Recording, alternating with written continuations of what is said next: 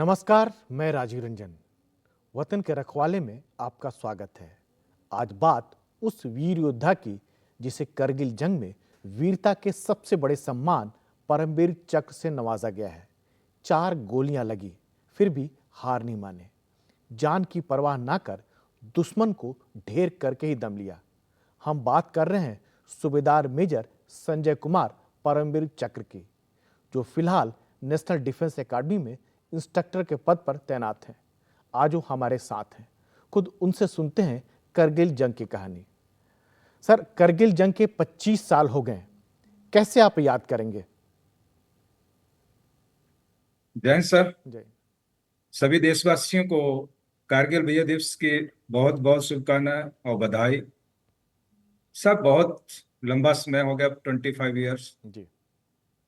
Kargil operation के time से लेके अभी तक का जो हमारा सफर रहा या जर्नी रहा, हम हर साल अपने जो शहीद साथी हैं, जो सैनिक हैं, उनको हर साल श्रद्धांजलि देने के लिए कारगिल विजय दिवस मनाते हैं। और द्रास में जो हमारे मेमोरियल जो बना है, उनकी याद में, जिन्होंने वहां पे शहादत दी है, उनकी याद में वहां पे जाके सभी जो साथी जो शहीद हुए हैं उन्हें श्रद्धांजलि देने के लिए वहां जाते रहते हैं। और इस साल 25 साल हुआ है कारगिल विजय दिवस का। तो इस साल भी हम अपने शहीद सैनिकों को, जिन्होंने इस देश के लिए या कारगिल ऑपरेशन को कामयाब बनाने के लिए अपना सर्वोच्च निछावर किया, उनको उनकी याद में रजत जयंती समारोह का आयोजन इस साल पूरे साल किया जा रहा था। और 26 जुलाई को हम कारगिल के उन्हीं पहाड़ियों के बीच में, जहाँ पे ये कारगिल का मेमोरियल बना है, जहाँ पे हम अपने देशवासियों को और अपने जो शहीद सैनिक हैं उनको श्रद्धांजलि अर्पित कर सके। तो संजय जी, आपका जो ऑपरेशन से जो कार्रवाई थी सेना के मॉस्को वैली में, वो कितना कठिन था, कितना चैलेंजिंग था? सर, चैलेंज तो काफी ज्यादा था, क्योंकि आप सब जानते हैं कि वहाँ का जो मौसम और ट्रेन ऐसा है कि चढ़ना काफी मुश्किल है। चढ़ाई इतनी ज्यादा थी, मौसम इतना खराब रहता था वहाँ पे। अभी तो उसकी निस्बत बहुत कम है, लेकिन जो 99 के वॉर के टाइम पे पहली बात तो ये थी कि कोई रास्ते, बहुत कम जगहों पे रास्ते थे पोस्टों तक जाने के लिए। और आपको पता कि रास्ते जो रहेंगे तो दुश्मन का उस पे फायर रहेगा, वो हमें आगे बढ़ने थोड़ी देर, उसको पता कि इंडियन आर्मी अटैक के लिए आएगी तो किन रास्तों से आ सकती है। तो जितने रास्ते आगे जाने के लिए हमारे रहते थे, उसमें तकरीबन दुश्मन का जो आर्टिलरी का फायर है वो रहता था, या बाकी दूसरे जो उसके पास स्पोर्ट वेपन है उसका फायर रहता था। तो काफी मुश्किल थी हमें कि एक तो नीचे से चढ़ के ऊपर तक जाना, फिर उसके बाद हमने लड़ाई लड़ना और उस एरिया को कैप्चर करना।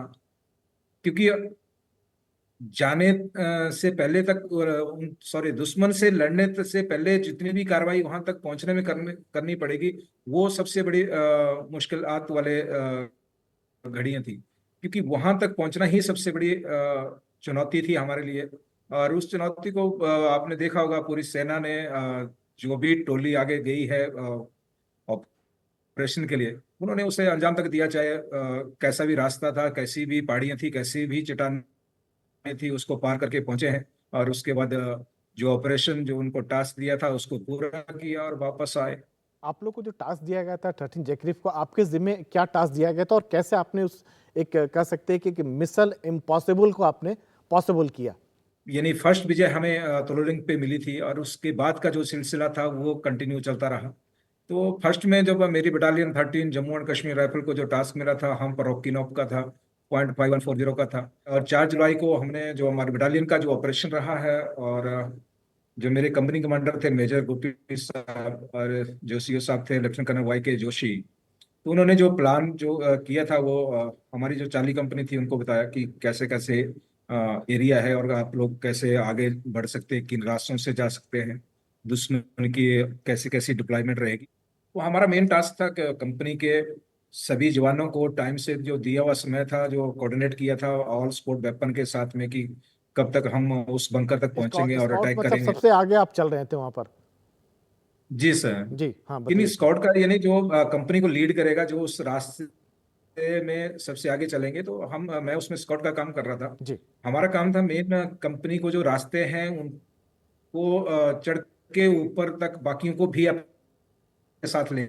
जी। जैसे शुरू से जब हम चलना शुरू किया था, जैसे वहां से हमारी रफ्तार चलती आ रही थी, वैसे ही ऊपर तक पहुंचना, और उसके बाद फिर हमने अटैक करना था। लेकिन दुश्मन ने इतना ज्यादा फायर खोल दिया रास्ते में, तो बढ़ने की रफ्तार थी आगे चलने की, वो काफी कम हो गई। हम्म।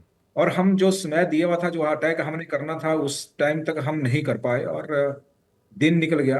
दिन जैसे निकलना शुरू हुआ तो हम तकरीबन दुश्मन से 400-500 मीटर की दूरी पे थे। तो हमने जो देखा कि आगे अभी दिन निकल रहा है, तो दुश्मन को बिल्कुल क्लियर दिखाई देगा, तो हमें दिन के टाइम पे कहीं ना कहीं आड़ लेके यहाँ पे बैठना पड़ेगा और इंतजार करना पड़ेगा अगले आदेश का, जो फौज के दूसरे हमें आदेश मिलेंगे। तो सॉस पर करके पोस्ट था, जो संगड़ के तकरीबन 200-250 मीटर पीछे नीचे था। जी। वहां पे कमांडिंग कमांडर साहब ने देखा कि यहाँ पे हम दुश्मन की नजरों से बच सकते हैं, और अपने ट्रूप्स को भी यहाँ पे सेफ रख सकते हैं। तो वहां पे कमांडिंग कमांडर साहब ने कंपनी को डिप्लॉय किया, और वेट किया अगले हुक्म का, कि आगे हुक्म क्या मिलते हैं, कैसे क्या करना होगा। हम्म। तो ये पाकिस्तान को भी पता था कि हम लोग दिन को कुछ नहीं जी। करेंगे।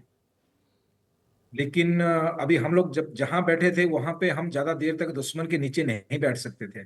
दुश्मन हाइट पे था और हम उनके बिल्कुल जस्ट नीचे थे। हम्म। तो जैसे पहले कहा कि पहाड़ी पे जैसे चढ़ोगे तो उसमें जो पत्थर गिरने से ही आवाज हमारे आती है। कैजुअलिटी होना शुरू हो जाएगी।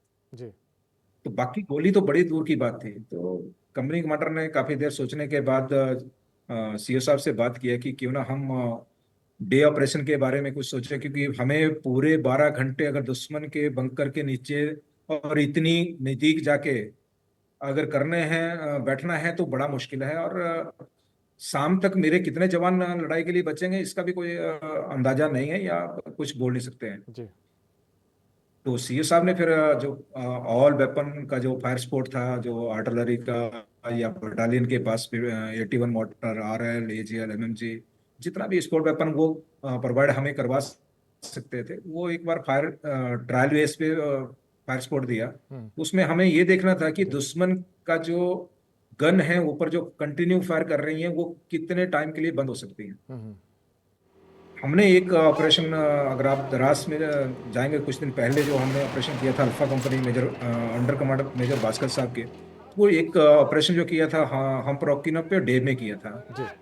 तो उसमें दो चीजें थी कि दिन के समय सिर्फ जो आगे वाले जो जवान है वो फायर खोलेंगे, और बाकी वाले जो हमारा नारा था यूनिट का, ये दुर्गे माता की जय करके, वो करते हुए सिर्फ भागना है, जोश, जिससे को ये पता नहीं चले कि हो गया तो और कैसे हुआ। आपके पास कोई विंडो था 30 से 35 सेकंड का। हमारे पास भी वही टाइम था कि बीच में जो गैप था उसमें आड़ बहुत कम थी। जी। तो वो हम बिना फायर बंद हुए आगे क्रॉस नहीं कर पा रहे थे। तो इसलिए हमें फायर सपोर्ट लेना पड़ा, और जो कार्रवाई करनी थी, जैसे मैंने पहले वाला भास्कर साहब के वहां पे, उनको जोश जोश के साथ आगे बढ़े थे ऐसे टाइम पे। जी। लेकिन यहाँ पे जो कार्रवाई करनी थी साइलेंट, क्योंकि यहाँ हम ऊपर और नीचे की लड़ाई काफी थी। और जहां अल्फा कंपनी उस दिन लड़ रही थी, उस दिन उनका वो सिर्फ पैरेलल में बराबर में बैठे थे। तो वहां दौड़ने वाला जो ऑप्शन था काफी अच्छा था, और बहुत अच्छा सक्सेसफुल भी हुआ वो। लेकिन यहाँ पे हम दौड़ के दुर्गे माता की जय करके आगे बढ़ भी जाते हैं, लेकिन दुश्मन तक इतने जल्दी नहीं पहुंच पाते, क्योंकि चढ़ाई काफी थी। तो जो मेरे कंपनी कमांडर थे मेजर गुरप्रीत साहब, तो उन्होंने यही कहा कि आप लोग जितना भी ऑपरेशन में आगे जाओगे, वो यहाँ से लेके जब आप आगे बढ़ोगे, तो आप पूरी कार्रवाई साइलेंट करेंगे, कोई भी इशारे का हाथों के इशारे से ही कार्रवाई करेंगे, कोई आवाज, फायरिंग या ठीक सट है। का इस्तेमाल करना सब बंद होगा। ठीक है। सिर्फ इमरजेंसी में ही आप लोग इस चीज के इस्तेमाल करोगे। हम्म। तो सर हमने कंपनी कमांडर साहब ने और बाकी जो लोग थे, उन सभी ने तकरीबन 10:30 बजे का टाइम इसके लिए निर्धारित किया कि हम डे का ऑपरेशन करेंगे। हम्म। तो फायर सपोर्ट दोबारा से मिला, और जो हमारा लीडिंग सेक्शन थी, एक जैसी 10 ओवर की, जैसे दुश्मन का फायर बंद हुआ, हम लोग जो डेंजर वाला एरिया था जहाँ पे आड़ कम थी, वो एरिया हम भाग के दौड़ के यानी आगे क्रॉस कर गए। अभी हम लोग ऐसी जगह पे थे कि हम दोबारा से फायर सपोर्ट नहीं ले सकते थे, और दुश्मन का फायर दोबारा शुरू हो गया था। अच्छा। तो जो बाकी ट्रूप्स था हमारा, वो वहीं पे रुक गया, और जो 11 लोग थे, एक जैसे 10 सवार हम, वो आगे उस एरिया में जाके पहुंच गए थे। अभी हमें सिर्फ क्रॉल करना था, ओनली क्रॉल को, और बाकी कुछ नहीं। तो क्रॉलिंग कर करके हम लोग, जिसको लगता था कि मेरे इलाके में दुश्मन का फायर नहीं है या दुश्मन मुझे नहीं देख सकता, फायर स्पॉट अच्छा है या आड़ अच्छी है, तो वो हम धीरे धीरे एडवांस करते चले गए। तो मैं और मेरे बड़ी तकरीबन 1 बजे के करीब हम लोग बंकर, फर्स्ट बंकर जो था उनका, उस तक पहुंचे। तो यानी ऐसी जगह पहुंच गए कि अगर हम खड़े हो जाएं तो उनकी गनों को खींच के आराम से बाहर निकाल सकते थे। लेकिन सबसे बड़ी प्रॉब्लम ये थी कि वो कंटिन्यू फायर कर रहा है, तो उसको हाथ लगाना काफी मुश्किल था। जी। तो फिर भी जो दुश्मन, जिसको बोलते हैं ना, डर डर होता है फायर का। फायर का डर तो सीआईएफ में तकरीबन बहुत बार ऑपरेशन में मौका मिला था, तो वो डर तो पता था कि दुश्मन की गोली आने के बाद कार्रवाई क्या करनी है, वो ऑटोमेटिक सिखा देती है वैसे। तो वहां पे हमने वही सेम कार्रवाई की, क्रॉल करके धीरे धीरे हम दोनों ऊपर पहुंचे। और पहुंचने के बाद अभी हमें ये सबसे पहले जो दो गनें थी, जो ऑटोमेटिक यूनिवर्सल मशीन गन, जो उनकी यूएनसी जिसको बोलते हैं, वो दोनों गनें थी। जो एक गन उनकी 17 जाट, जो हमारे साथ जो लेफ्ट साइड में पिंपल 1-2 पे लड़ रही थी, और हम 4875 पे। तो 4875 से फायर जा रहा था पिंपल 1-2 के लिए, और पिंपल 1-2 से फायर आता था हमारे ऊपर। अच्छा। तो मैं और जो मेरे बड़ी थे, हमने ये कि निर्णय किया वहां पे कि अभी जितना जल्दी हो सके इस गन को यहाँ से हटाना है और इस बंकर तक अपना कब्जा जमाना है, तभी हम आगे कुछ कर पाएंगे। जी। वही बोलते हैं ना साहब कि ट्रेनिंग जब आप करते हैं तो जो कुछ सीखते हैं वो आपके लाइफ टाइम काम आता है, और जब आपको उसकी सबसे ज्यादा जरूरत होती है तब वो चीज काम आती है।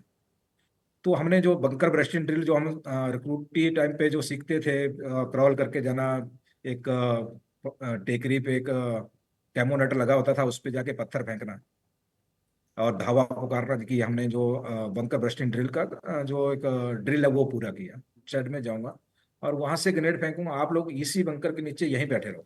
जैसे मैं ग्रेनेड फेंकूंगा, गन फायर करना बंद कर जाएगी, तो आप गन को बाहर खींच लेना और अपना जो AK-47 है उससे आप लूप होल में जाके फायर करना और दुश्मन को बर्बाद करना। और दुश्मन को अभी तक हमारा आइडिया नहीं था कि हम उसके जस्ट बाहर बैठे हैं संगड़ के।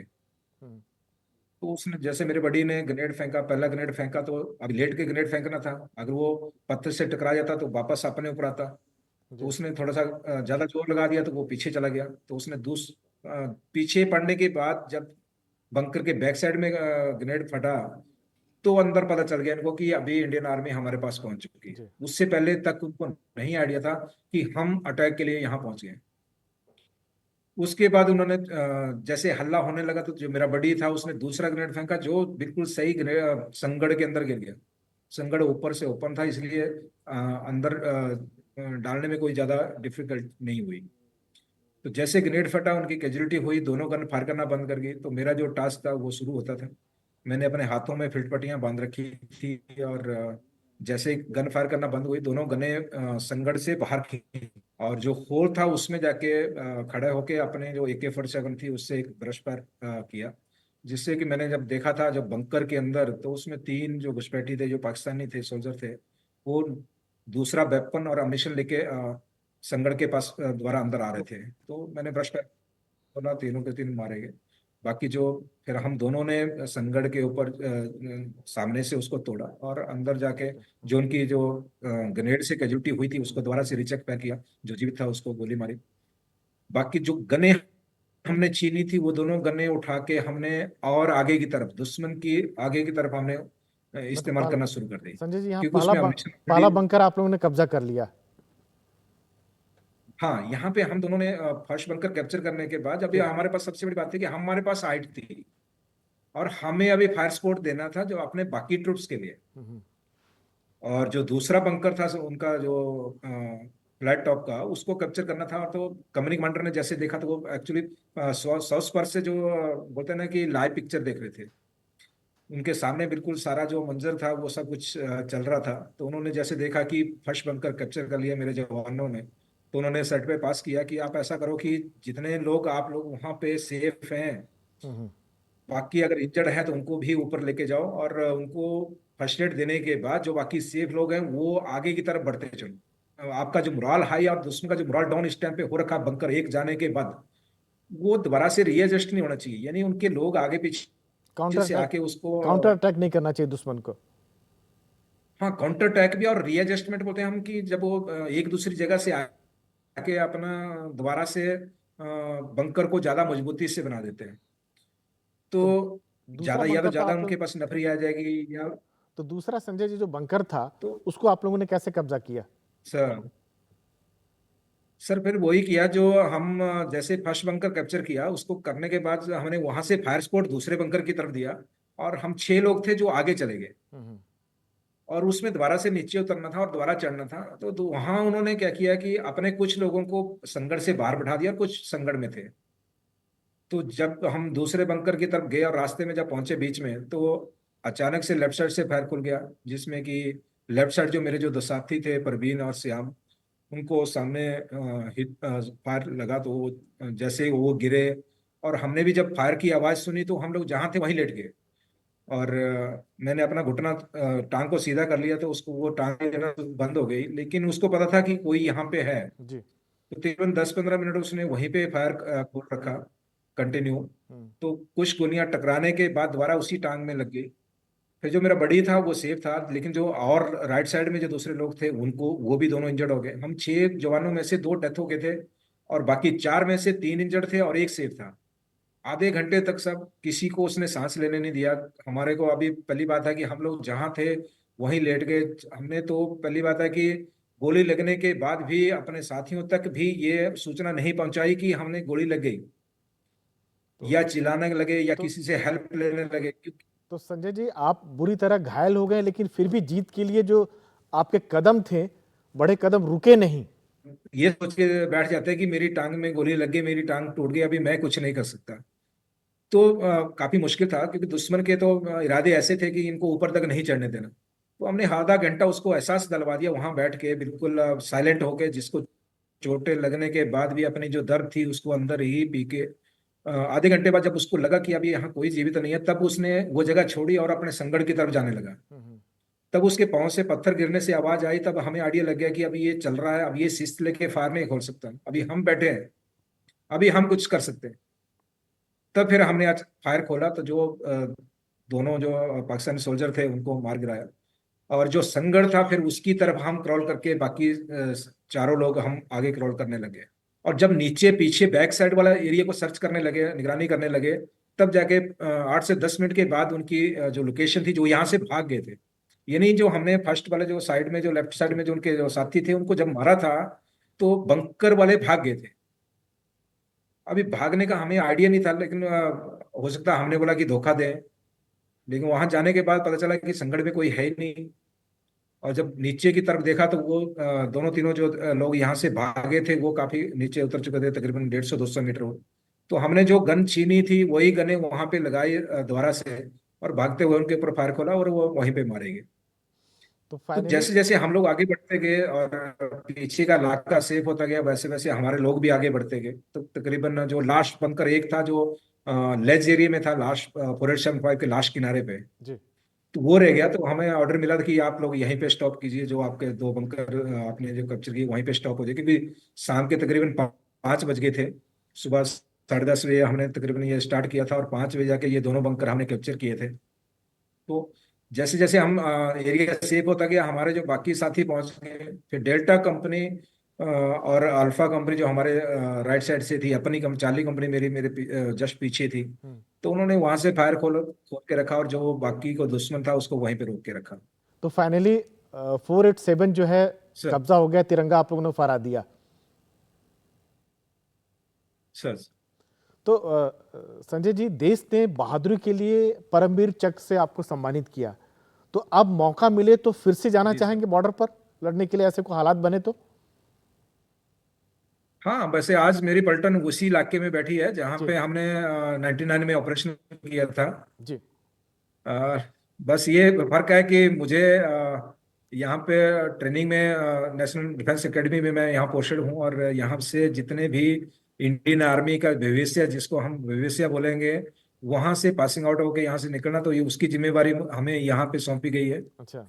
और बाकी मेरी पलटन आज भी उसी जगह पे है। और अगर वो ऐसी हालात आते हैं या ऐसी सिचुएशन आती है, तो हम हमेशा उसमें जाने के लिए तत्पर रहेंगे।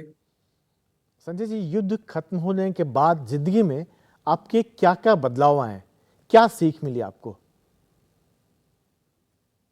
देखिए सब, अवार्ड तो एक बहुत बड़ा जो है, जो मेरी सोच के परे है।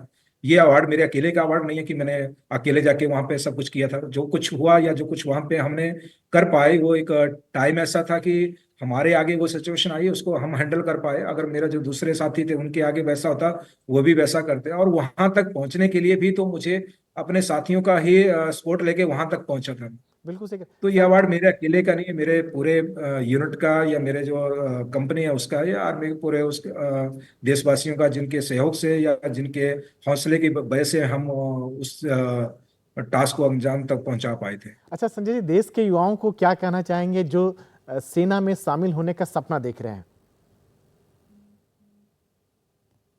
देखिए साहब, सेना में भर्ती होने के लिए बहुत दुनिया है आने के लिए। आजकल तो बहुत सारे बच्चे इस टाइम पे कोचिंग लेने, बार बार कोचिंग लेते हैं। और उसके बाद जो उनके वैसे हौसले हैं बहुत बुलंद हैं। मैं काफ़ी जगह जाता रहता हूँ, स्कूलों में, एनसीसी से या बाकी बच्चों से जब मिलता हूँ। हमारे टाइम पे ऐसी चीजें नहीं थी, लेकिन चलो आज वो चीजें उनके लिए अवेलेबल हैं। लेकिन सबसे बड़ी बात है कि फौज में आना तो एक बहुत बड़ी किस्मत की बात है, और कि आप देश सेवा के लिए उसमें जाए। लेकिन ऐसा नहीं कि आप सभी के सभी ही फौज में आ सकते हैं। हम जो क्राइटेरिया हैं फौज के, उसके मुताबिक ही यहाँ तक पहुंच पाएंगे। उसके बाद हमें जितने चाहिए सिर्फ हमें उतना ही उसमें हो पाएगा। देश के लोगों को क्या संदेश देंगे?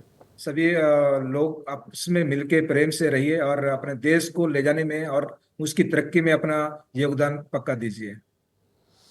तो संजय जी, एनडीटीवी से बातचीत करने के लिए आपका बहुत बहुत धन्यवाद। Thank you. Thank you sir, आपको भी बहुत बहुत धन्यवाद कि आप लोगों ने इस मंच पे मुझे अपने विचार रखने का मौका दिया। और कारगिल विजय दिवस के 25 साल के इस रजत जयंती के लिए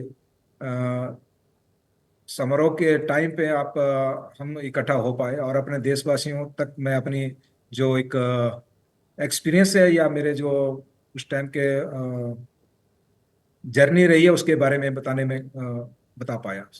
संजय जी, वाकई हम लोगों के लिए भी गर्व की बात है कि परमवीर चक्र विजेता सूबेदार मेजर संजय कुमार के हम अनुभव सुन रहे थे, बात सुन रहे थे। शुक्रिया, थैंक यू वेरी मच।